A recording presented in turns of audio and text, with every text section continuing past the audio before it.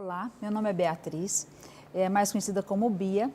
Eu sou professora de Arte da Expressão do Seminário Teológico Carisma e também agora no treinamento dos professores do CFC. Então, nós começaremos aqui dando uma aula, porque muitas pessoas têm medo de falar em público. Né? A maioria das pessoas. Eu tenho visto muitas pessoas com problema de ansiedade de uma forma que vão parar até em hospitais por problemas emocionais, simplesmente porque pelo medo de ser avaliado, pelo medo de ser criticado, pelo medo de se expor. Porque quando nós falamos em público, nós nos expomos. As pessoas vão avaliar, as pessoas vão ver, as pessoas vão criticar. Não é verdade? Então, nós vamos falar um pouquinho sobre essa expressão. E guarde uma coisa, só se aprende a se expressar se expressando, tá?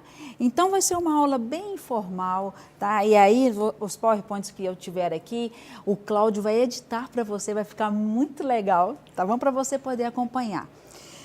Eu quero começar a falar de mim mesma, porque a primeira vez que eu fui pregar foi no prático de missões e tinha uma mesa na igreja, tinha um vaso, eu estava em pé, tinha um vaso com flores e eu com esse meu jeito, né? E gesticulando, não parava, muito nervosa, muito ansiosa, suando, aquela coisa toda, o coração palpitando. E eu comecei a pregar. Me deram 20 minutos para falar. E eu comecei a gesticular, adivinha o que aconteceu? Caiu o vaso, foi aquilo, né? Um vexame. Preguei 10 minutos e o que foi muito legal foi que o pastor no final veio, uma gracinha, ele veio até mim e falou assim, a palavra foi curta, mas foi muito eficaz, né? Então, por que eu estou dizendo isso? Porque, gente, nós vamos aprender a nos expressar expressando. Não sou uma expert em oratória, não. Mas eu quero falar isso para você, que se hoje eu estou aqui dando essa aula, é que é possível para todo mundo. Há esperança para todo mundo, para poder se expressar bem. Essas aulas têm me ajudado muito a me expressar. Eu espero que te ajude também, tá bom? Vamos lá. Então, vamos começar. Nosso primeiro PowerPoint aqui é colocando as coisas nos seus devidos lugares. Então, vamos começar a falar aqui sobre a nossa motivação. Por que nós damos aula? Por que queremos dar aula? Por que fazemos o que fazemos ou por que não fazemos o que não fazemos? Esse porquê tem a ver com o quê? Com a nossa motivação. O que nos motiva a fazer o que fazemos ou o que nos motiva a não fazer o que não fazemos. Tito 1, de 5 a 9, fala assim: por esta causa te deixei em Creta, para que pusesses em ordem as coisas restantes, bem como em cada cidade constituísses presbíteros conforme te prescrevi. Alguém que seja irrepreensível, marido de uma só mulher, que tenha filhos crentes, que não são acusados de dissolução, nem são insubordinados. Porque é indispensável que o bispo seja irrepreensível como despenseiro de Deus, não arrogante, não irascível, não dado ao vinho, nem violento, nem cobiçoso de torpe ganância. Antes, hospitaleiro, amigo do bem, sóbrio, justo, piedoso, que tenha domínio de si, apegado à palavra fiel, que é segundo a doutrina, de modo que tenha poder tanto para exortar pelo reto ensino, como para convencer os que contradizem. Nós podemos ver hoje, não só hoje, mas ao longo da história, muitos falsos mestres se levantando. Então nós precisamos ter isso, gente, em nosso coração. Quando nós estamos à frente de uma sala de aula, nós estamos ali formando opinião. As pessoas estão nos ouvindo e elas sairão dali com uma opinião formada do quê? Do que o professor disse. Isso é muito sério. Precisamos levar isso com muita seriedade. Então, isso tem a ver com a motivação. Deus realmente nos chamou? Deus realmente tem para nós sermos mestres? Queria deixar essa pergunta para você pensar um pouquinho. Eu estava dando aula na escola dominical na minha igreja e um aluno falou assim, olha, eu falei com um pastor que tudo que vocês falam aqui, eu presto muita atenção e eu vou praticar. Se eu errar, vocês estão lascados. Ele ainda falou assim. E quando ele falou, naquele momento, eu pensei, puxa, é uma grande responsabilidade para nós, como mestres, estarmos diante de uma turma e ensinando a sã doutrina. Ok? E é um chamado para nós sermos diferentes. Precisamos ser diferentes. Precisamos, aqui o que fala, olha, não ser irascível, não dado ao vinho, não violento. Precisamos ser diferentes, não apenas como mestres, mas também como cristãos. Mas como mestres, aqueles que nós estamos à frente, somos uma referência. As pessoas falam, nós temos que ser exemplo. Nós não temos que ser, nós somos exemplo. Seja exemplos bons ou exemplos ruins, somos exemplo. E aqui, falando, aqui no versículo 11, seguindo Tito 1, 11, fala assim, do 11, só um momentinho, 11, 13 e 15. É preciso fazê-los calar, porque andam pervertendo casas inteiras, ensinando o que não devem, por torpe ganância. Aí o 13 fala assim, tal testemunho é exato, portanto, repreende-os severamente, para que não sejam sadios na fé. O 15, todas as coisas são puras para os puros, todavia para os impuros e descrentes nada é puro, porque tanto a mente como a consciência deles estão corrompidas. 3 características de um falso mestre. Vamos falar aqui, a atitude, como fala aqui no 10, fala, porque existem muitos insubordinados, pauradores frívolos e enganadores. Olha só, a atitude do falso mestre é insubordinado. Não se submete a autoridades. Nós não teremos autoridade se nós não nos submetermos às autoridades.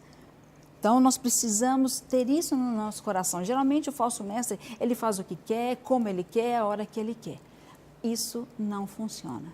Outra característica, a sua atividade são pauradores frívolos. O que é isso? Cabeças vazias com discursos vãos.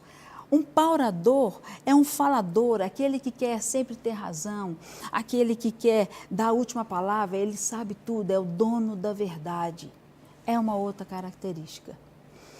E a ambição, fala assim, vigaristas em matéria de religião, são enganadores. Aqueles que induzem ao erro, que seduzem, que traem, que mentem. Eu comecei isso, parece, mas o que isso tem a ver com oratória? Tudo. Porque quando nós estamos à frente, nós podemos fazer um teatro. Podemos simplesmente saber as técnicas da oratória e fazermos teatro.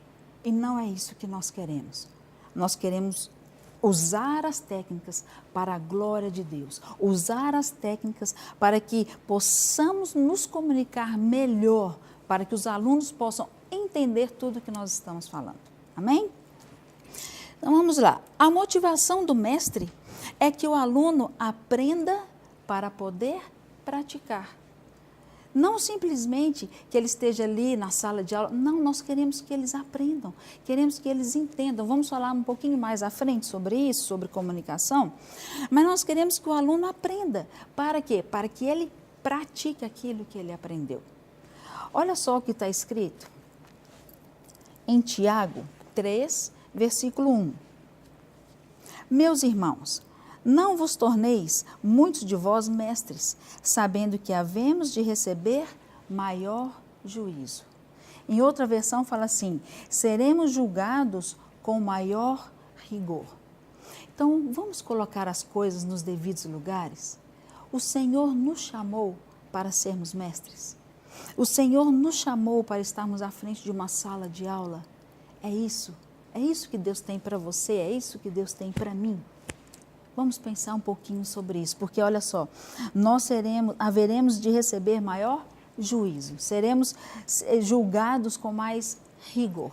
Por quê? Porque nós estamos à frente de uma turma, estamos falando para eles e formando opiniões. E como diz em Provérbios 23:7, aquilo, assim como o homem pensa, assim ele é.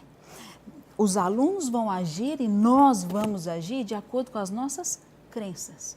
Então, nós precisamos ter isso levar isso com muita seriedade, porque nós estaremos falando ali a mente dos alunos, formando opinião, ok?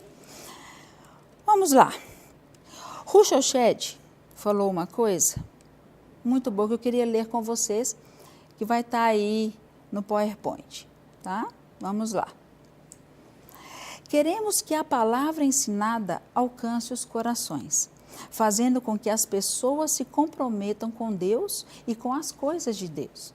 Por isso é preciso que haja uma sintonia entre o coração do pregador, do professor, e o coração de Deus.